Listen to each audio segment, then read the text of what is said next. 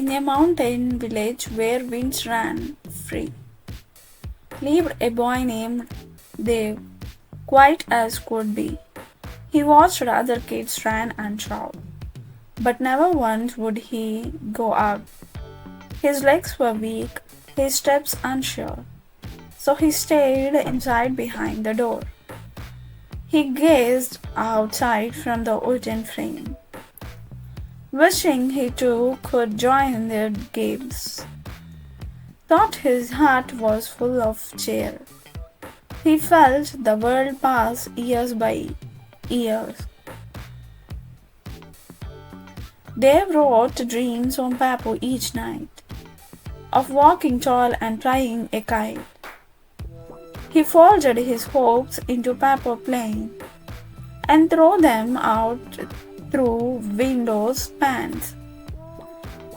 He hoped the wind would carry them far, past the forest beyond every star. One evening, one came drafting back, landed beside his feet with a crack. Inside it read, "Why not today?" Dave blinked hard. Had fat came his way. The next morning, Dave stood still, looking out from the window sill. He clutched his cane with shaking hand and slowly stepped on the muddy land. His legs wobbled, his heart beat fast. But he took one step, his very first at last. Birds flew by the trees, stood proud. Even the winds began to sing aloud. His body trembled as he smiled, a warrior born from a fearful field. Ahead was a hill, no two-step, but to Dave it looked like a gained leap. He breathed in deep, held tight his cane, and stepped through sun, sudden rain. Each rock he passed because a cheer, each slip a whisper, "You're near, you're near." Children from afar stopped their play and watched in awe from far away. Dave climbed slow, but would not fall. One small boy answering a great call.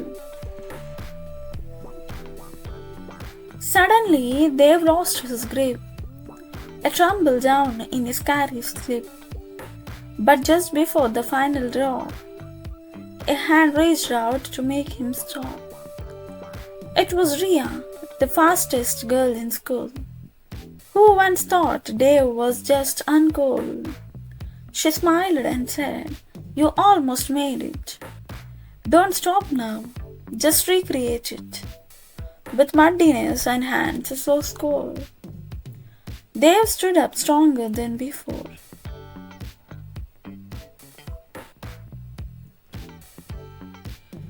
At the last, he reached the grassy crest, heart pounding strong inside his chest. The kids all clapped with cheerful grace, a wide smile glowing on Dave's face. He looked around and breathed the air. No roof, no walls, just sky and care. Ria tied a ribbon on his can. "You're the bravest," she did explain. Dave laughed loud, clear, and bright, as the mountain top bathed in golden light. Dave then had a brand new plan to help kids walk, girl or man. He drew a trail through rock and mud, marked each stone, each leaf bud. But paint and rope he held the way, so no one else would fear that day. Kids with crutches, kids who feel, found hope in Dave's story to tell.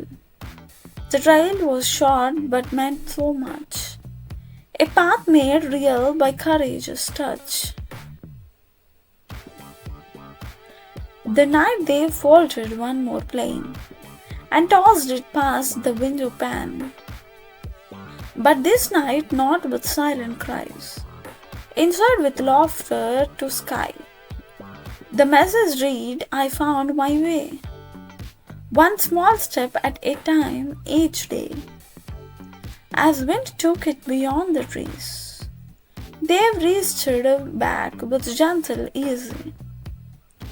He did not dream of walking far.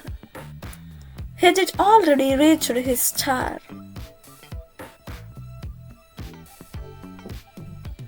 News of Dave began to grow in towns beyond the peaks and snow. Families came with hope to see the boy who changed how brave could be. They walked his trail, touched his hand, and listened close to understand.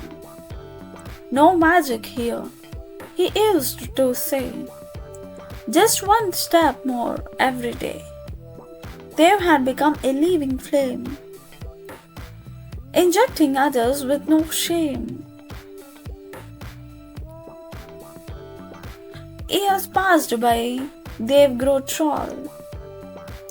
At remembering every stumble and fall, now with stronger legs and cleverest sight, he walked that hill under fading light. He smiled where once he feared to tread, a new trail blooming where he led.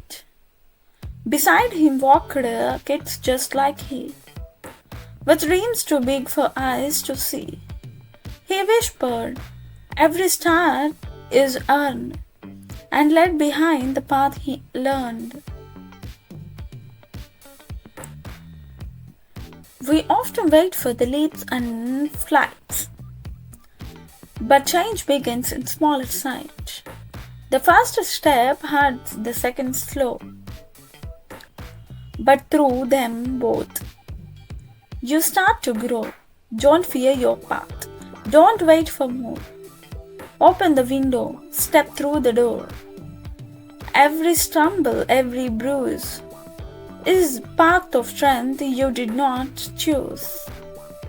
Because sometimes the smallest stride and becomes a flame the world can't hide.